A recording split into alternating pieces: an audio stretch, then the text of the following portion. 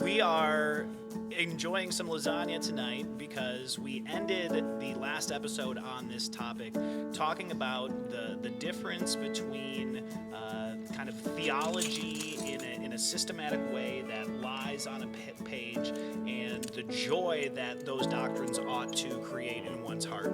And so it's really the difference between a recipe for lasagna and the actual lasagna itself. So you have a recipe for lasagna with the noodles and the Italian sausage and the sauce and the cheese and all of these things. And that is one thing. You can get some sense of how good that might be or taste just by looking at the recipe.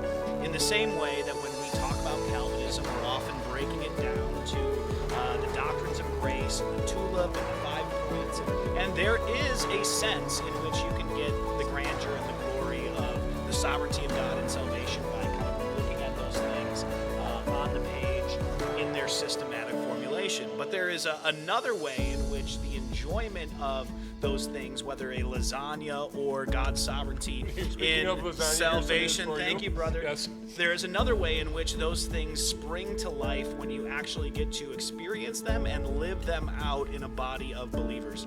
And so when we take the sovereignty of God and salvation off the page and it arrests our heart in such a way that we are convinced that God alone is the actor in salvation and that it is an act of His grace, not only that He has raised us from death to life to give us every blessing in the heavenlies in the Lord Jesus Christ, but that He allows us to enjoy those together by gathering us as people into churches and into the fullness of His body.